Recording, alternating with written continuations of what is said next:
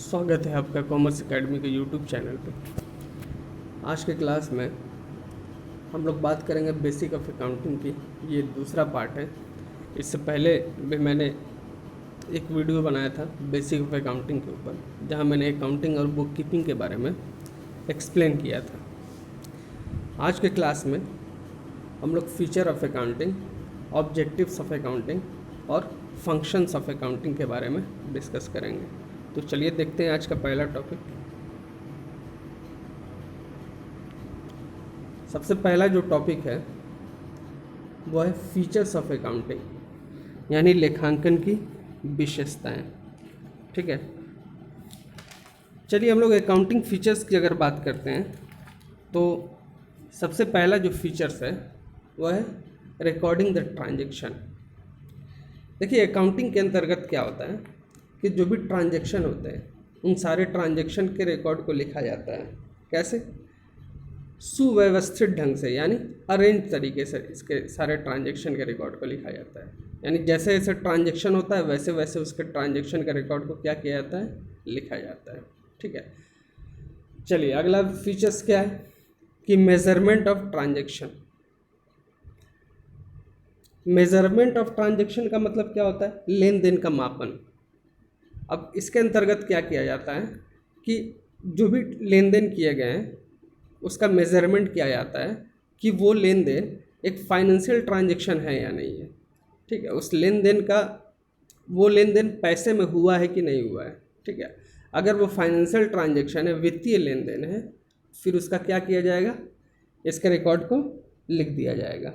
ठीक है, चलिए अगले पॉइंट की तरफ बढ़ते हैं, क्लासिफाइंग द ट्रांजैक्शन। अगला जो फीचर्स है वो है लेन देनों का वर्गीकरण।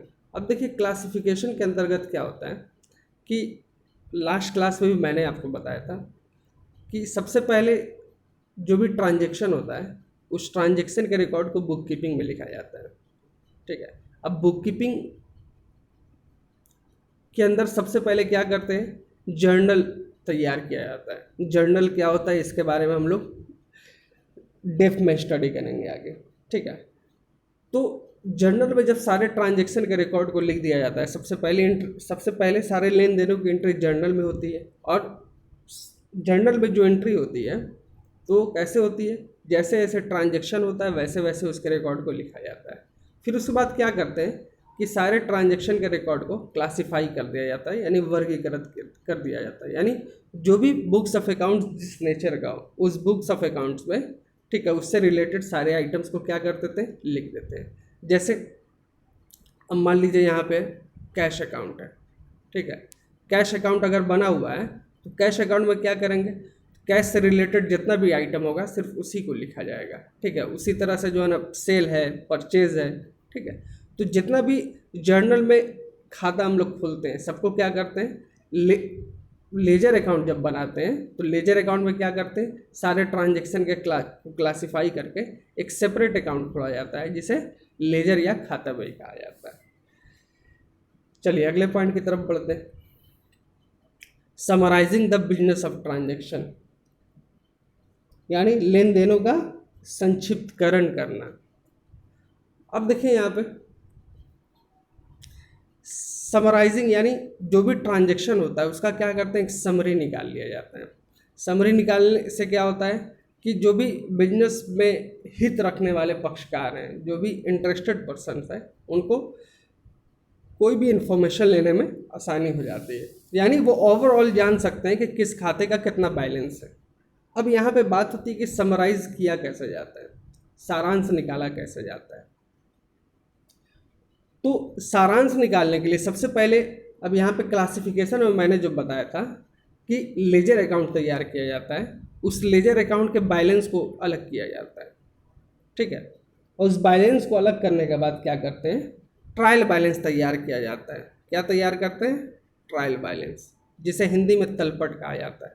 ठीक है, तलपट में क्या किया जाता है, ठीक है, कि लेजर अकाउंट पे जो भी बैलेंस आया है उस बैलेंस को शो किया जाता है। अब यार ट्रायल बैलेंस क्या होता है इसके बारे में हम लोग आने वाले क्लासों में डिटेल में डिस्कस करेंगे।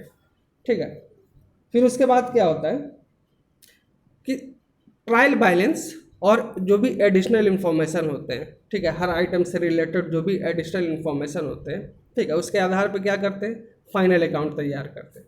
फाइनल अकाउंट में क्या क्या बनाते हैं, ठीक है, फाइनल अकाउंट में सबसे पहले क्या बनाते हैं, ट्रेडिंग अकाउंट बनाया जाता है, ठीक है,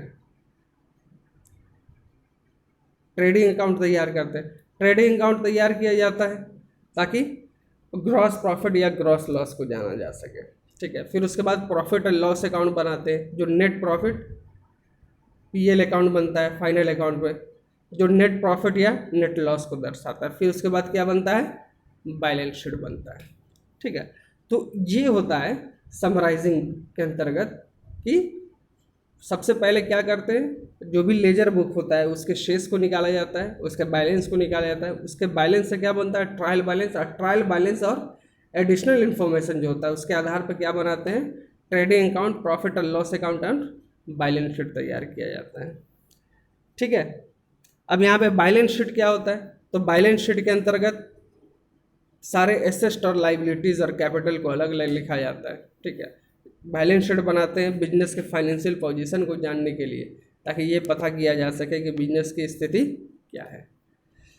चलिए अगले पॉइंट की तरफ बढ़ते हैं, analysing and interpreting of transaction, ठीक है। अब देखिए यहाँ पे लेन देनों का विश्लेषण और निर्वचन यानी व्याख्या करना, ठीक है। अब देखिए यहाँ पे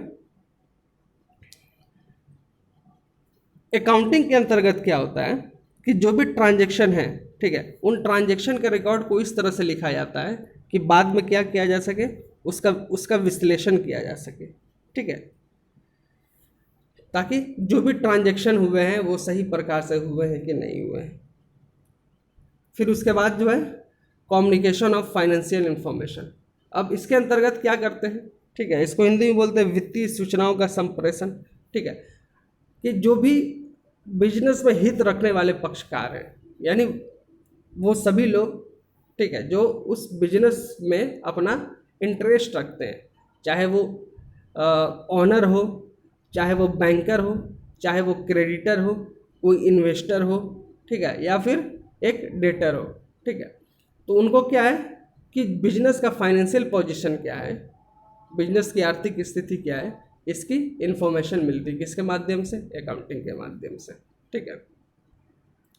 चलिए अब हम लोग बात करेंगे ऑब्जेक्टिव्स ऑफ अकाउंटिंग के बारे में, यानी लेखांकन का उद्देश्य। सबसे पहला ऑब्जेक्टिव है to keep systematic and complete record of business transaction, यानी व्यावसायिक लेन देनों का नियमित और सुव्यवस्थित ढंग से पूरा लेखा करना। सबसे पहला उद्देश्य अकाउंटिंग का क्या होता है, ऑब्जेक्ट क्या होता है कि जो भी बिजनेस में होने वाले ट्रांजैक्शन है उन सारे ट्रांजैक्शन को सिस्टमैटिक तरीके से, ठीक है, और उसका कंप्लीट रिकॉर्ड रखना है, ठीक है। तो सबसे पहले क्या किया जाएगा कि ये देखा जाएगा कि वो ट्रांजैक्शन जो है वो फाइनेंशियल नेचर का है कि नहीं, यानी उस ट्रांजैक्शन को मनी में कन्वर्ट किया जा सकता है कि नहीं किया जा सकता है, वो ट्रांजैक्शन मनी में हुआ है कि नहीं हुआ है। अगर वो ट्रांजैक्शन बिजनेस ट्रांजैक्शन है तो क्या करेंगे, उसका सिस्टमैटिक तरीके से कंप्लीट रिकॉर्ड लिख किया जाएगा। मैंने बताया था अभी आपको कि सबसे पहले सारे ट्रांजैक्शन के रिकॉर्ड को जर्नल में लिखा जाता है, फिर उसके बाद लेजर बनाते हैं, लेजर के बैलेंस से ट्रायल बैलेंस बनता है, और ट्रायल बैलेंस और एडिशनल इन्फॉर्मेशन से क्या करते हैं, फाइनल अकाउंट तैयार करते हैं, ठीक है। ये सब आगे हम लोग डिटेल में और बात करेंगे।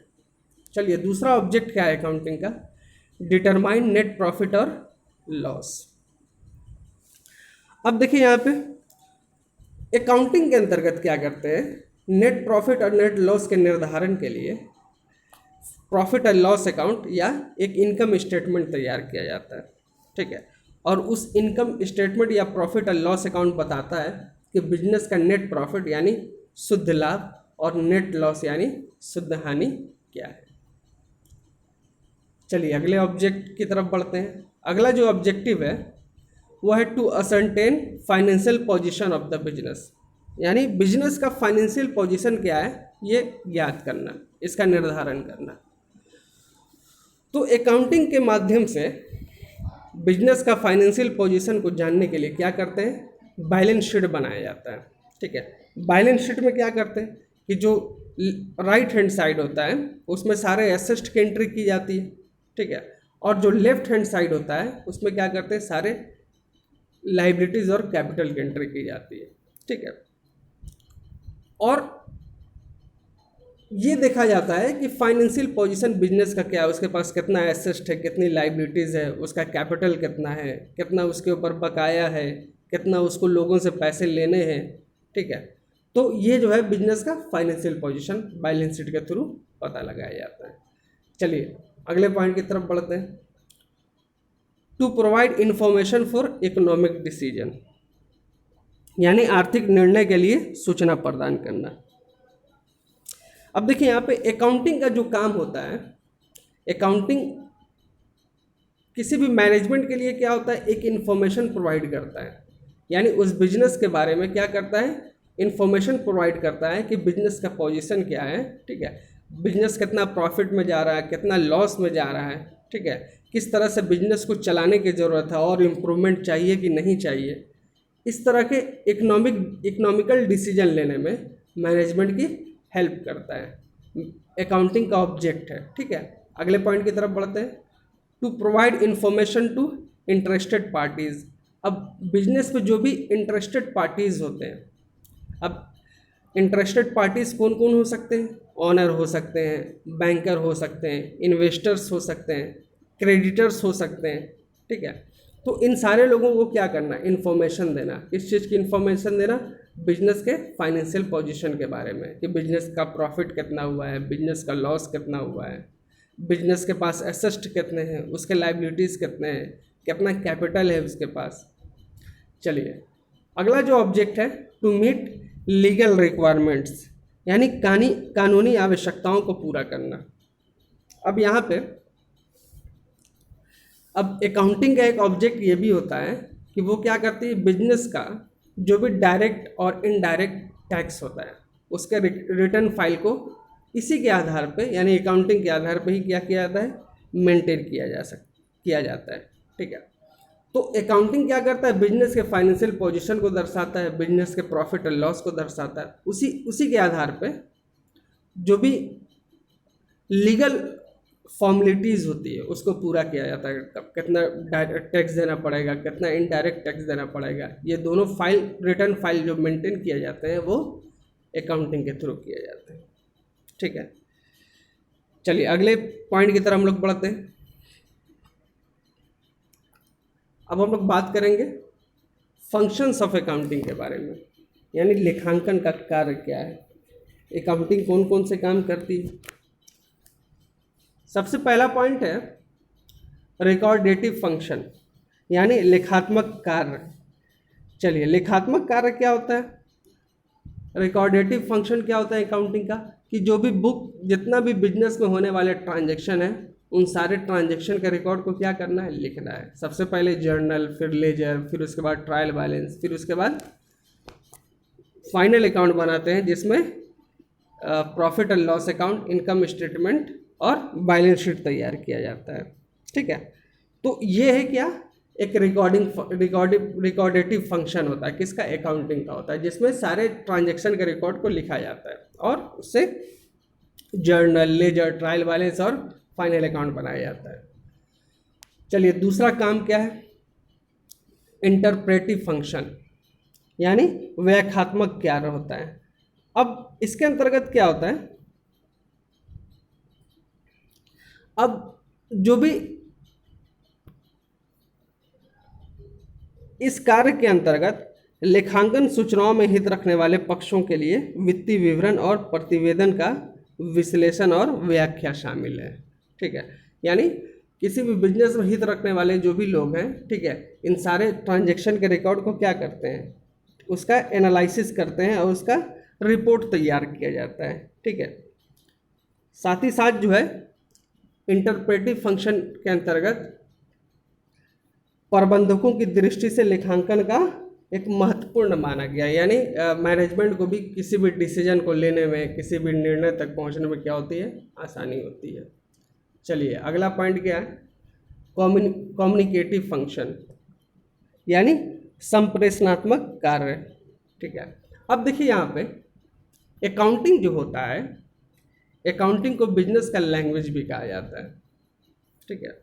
अब कोई भी व्यक्ति अपनी फीलिंग्स को या अपने बारे में कोई भी इंफॉर्मेशन देता है, वो किसी न किसी भाषा का प्रयोग करता है। तो उसी प्रकार से बिजनेस के इंफॉर्मेशन को, बिजनेस के बारे में जानने के लिए क्या करते हैं, अकाउंटिंग का यूज करते हैं, क्योंकि अकाउंटिंग क्या होता है, बिजनेस के लैंग्वेज के रूप में काम करता है, ठीक है। अब वो क्या करते हैं कि जो भी बिजनेस में हित रखने वाले पक्षकार हैं, जितने भी इंटरेस्टेड पार्टीज होते हैं, उनको बिजनेस का क्या करना है, फाइनेंशियल पोजीशन को बताना है, प्रॉफिट एंड लॉस के बारे में बताना है, ठीक है। ओवरऑल जो भी बिजनेस की एक्टिविटीज़ हो रही है, जो भी ट्रांजेक्शन हो रहे हैं, ठीक है, बिजनेस को कितना फ़ायदा हो रहा है, कितना नुकसान हो रहा है, कितना एसेट है, कितना कैपिटल है, कितना लाइबिलिटीज़ है, ठीक है, ये सब क्या करना है, अकाउंटिंग का काम है बताना। और जो भी इंटरेस्टेड पार्टीज होते हैं वो बिजनेस की पोजीशन को अकाउंटिंग के माध्यम से ही जानते हैं। चलिए अगला क्या है, मीटिंग लीगल नीड्स।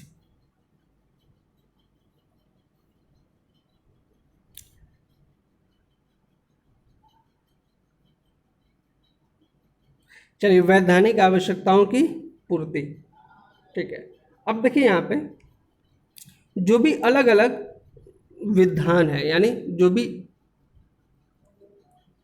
कानून है, जैसे कि कंपनी एक्ट है, इनकम टैक्स एक्ट है, सेल्स एक्ट है, ठीक है। अब क्या होता है कि अकाउंटिंग के माध्यम से स्टेटमेंट तैयार करते हैं बिजनेस से रिलेटेड, ठीक है, जैसे कि आप इनकम स्टेटमेंट तैयार करते हैं, फिर उसके बाद बैलेंस शीट बनाया जाता है। तो उससे जो भी प्रॉफिट या लॉस आता है, ठीक है, उससे क्या होता है, एक लीगल फॉर्मेलिटीज़ होती है। जैसे इंडिया में अगर आप बिजनेस कर रहे हैं, तो अगर आपने जितना भी प्रॉफिट कमाया, बीइंग अ बिजनेसमैन, आपको उस पर क्या करना है, टैक्स देना है। तो आपको प्रॉफिट कितना कमाया है, ये उस लीगल नीड्स को पूरा करने के लिए क्या होगा, ये अकाउंटिंग का काम होता है, ठीक है। अकाउंटिंग के माध्यम से क्या करते हैं, आपको पता चलता है कि आपका प्रॉफिट या लॉस कितना है, उसके आधार पर क्या करते हैं, आप टैक्स को जमा करते हैं सरकार को। चलिए प्रोटेक्टिंग बिजनेस एसेट,